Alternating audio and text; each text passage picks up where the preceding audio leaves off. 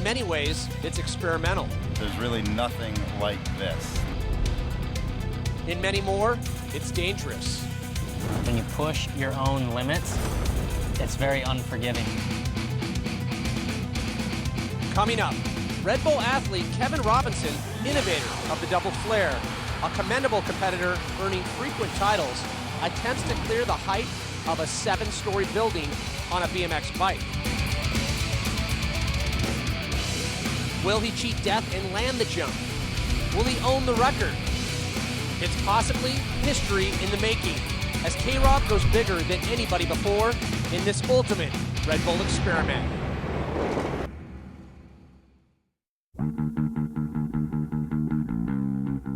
My whole life has been based around BMX bikes.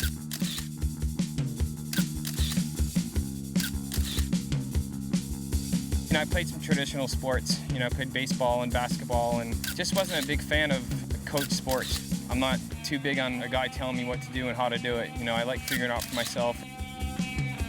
Growing up in Rhode Island, Kevin got all the local support he would ever need. That, along with taking advantage of the surrounding environment, helped mold him into who he is today. We're right across the street from my high school, and this is one of my favorite places to ride. We used to go up and ride on the fence and come down, and until the guy that owns the house behind it used to come out and yell at us.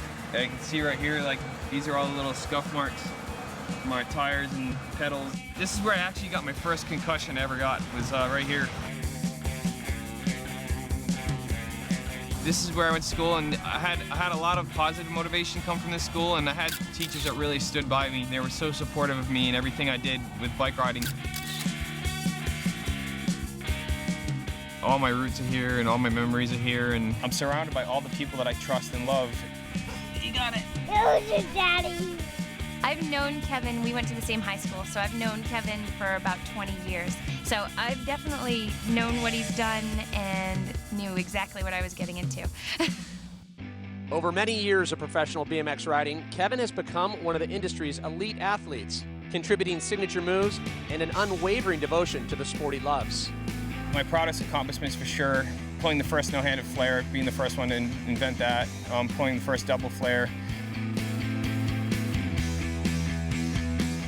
It's about having a passion for something I absolutely love doing, regardless. You know how many people can say they'd go to work even if they didn't get paid for it. You know, and I would definitely do this even if I didn't get paid for it, and I did for years.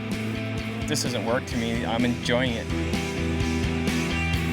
He's amazed that he can still ride a little kid's bike for a living at, 36, almost 37 years old. It seems like just when he feels things might be cooling off in his career, they'll come out with a new event or, a new record.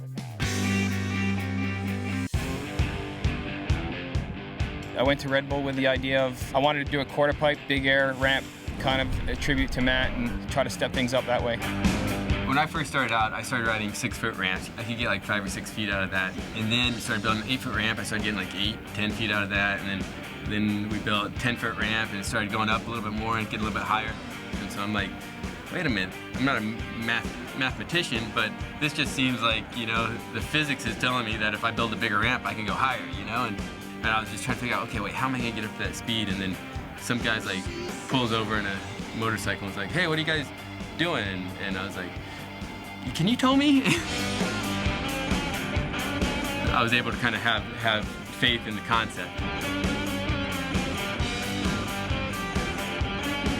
The current record Matt has held for years now, and it's 26.5 feet. This was his original idea. He's the one that built the original ramp and risked life and limb to do so. One of the biggest passions I have about bike riding is being able to cross the fear barrier regardless of the consequences. I still get giddy every time I drop in, and I still get nervous and still get scared, and that's what attracts me to it.